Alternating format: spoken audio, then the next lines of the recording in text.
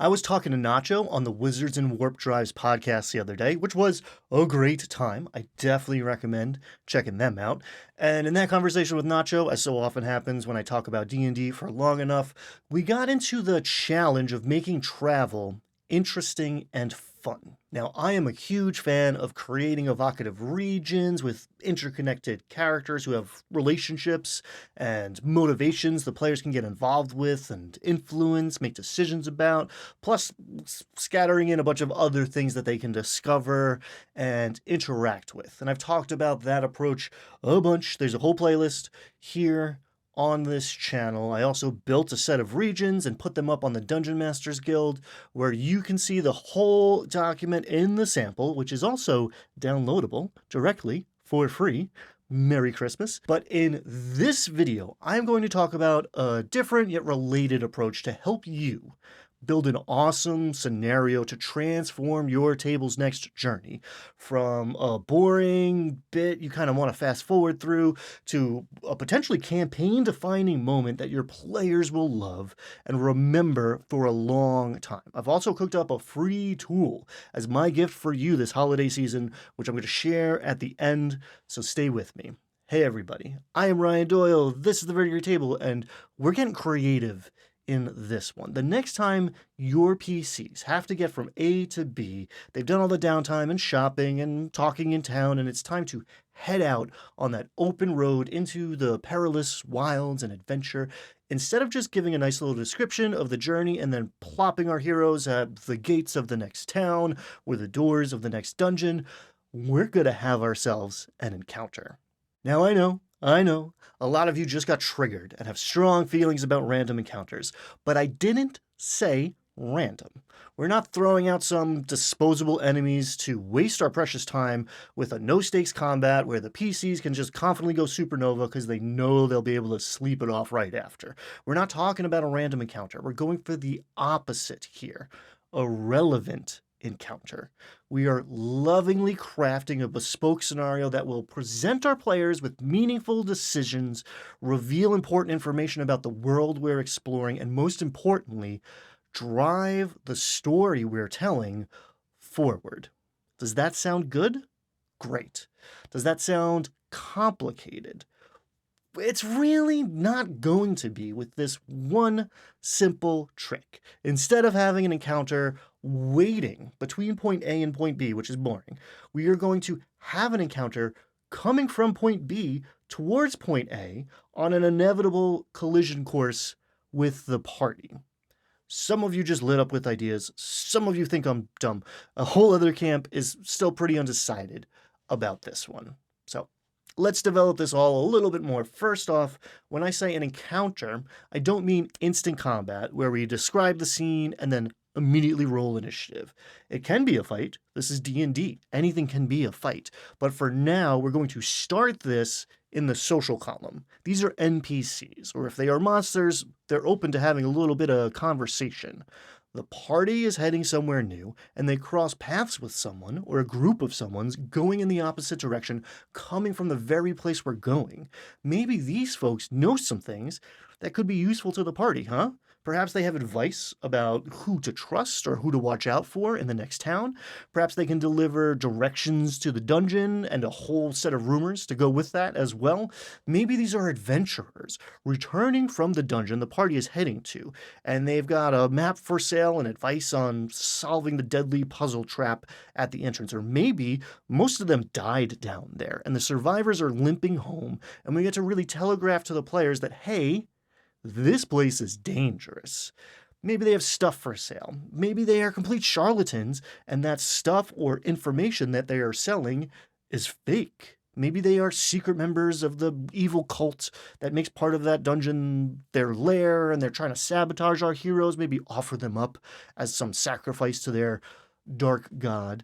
And let's not forget the fact that these people are coming from point B, being only half of the equation. The players are most likely going to care about that half of the equation, sure, but remember, these people are also traveling to point A, the place we just left.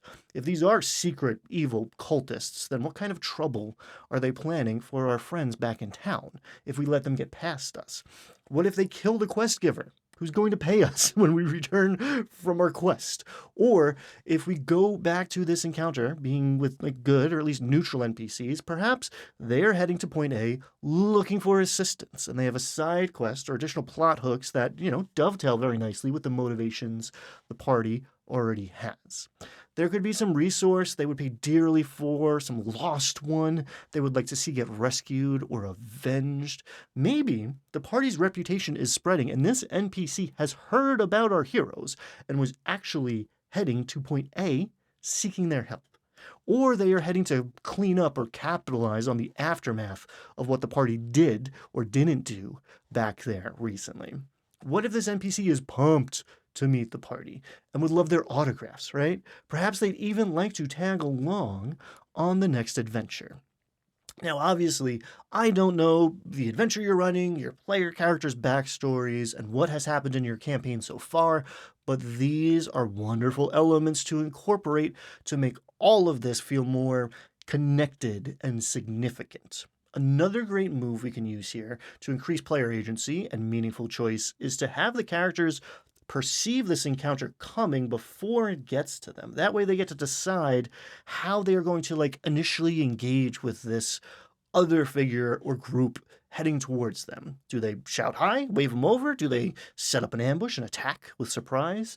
Do they hide and follow them, try to gain some information about them? Do they avoid this entirely? It's totally up to them, and that makes what happens next a consequence of their decision, not something the dungeon master has forced upon them. We can take things a step further and apply a little game master magic here by rolling some dice, pretending to consult our notes, and act as if the whimsical gods of chaos and chance have determined that this particular counter was coming towards the party on this particular road on this particular day. It's not me, the person behind the screen, doing this, dear players. I am merely reporting what this living, breathing world is doing, mostly in response to the ripples of consequences of your character's actions. Or, if you're like me, you could actually surrender some control and let the dice actually shape this narrative in your DM prep or live at the table while you're playing. Of course, to do all of that, you'd probably need some sort of tool, perhaps a table or a set of tables that balance the competing forces of specificity and open-endedness, fun and consequence, game and story, kind of the way metallic and chromatic dragons are in this ever-shifting dynamic dance in the story of this game. We could call it something that's both a metal and a color, like a rusty table. No, a verdigris table. Sorry, I have to do that once in a while. Check it out. I cooked up this sweet tool with ways to make a chance overland encounter relevant. Ways to introduce more choice to the players on if and how they engage with a scenario. There's also a reaction roll table to organically determine how this person or group feels about seeing a bunch of armed weirdos coming towards them out in the wilderness. And of course, I had to put together some example encounters for you to use and take apart and mix and match and customize. In fact, I made 20 of them because I just have so much fun doing it. Whether you choose to carefully craft a scenario in your prep or roll some dice in the heat of the moment, or maybe try both, I hope you get a lot of inspiration and utility out of these pages. It is yours for free as my gift to you, and thanks for all of the time and support and kindness I've received from this community. It's hosted on my Patreon, but you do not have to be a patron to download it. If you do want to support the Verdigris Table, that is a great place to do it. There's a bunch of cool stuff up there tagged the goods, and my New Year's resolution is to share more cool, useful stuff with my supporters on Patreon going forward. Thank you so much for watching, everybody. I sincerely hope you do get value out of this video and use out of this tool set. Please come back and tell us stories in the comments if you do. Here's to another awesome year of gaming. Be kind and have fun.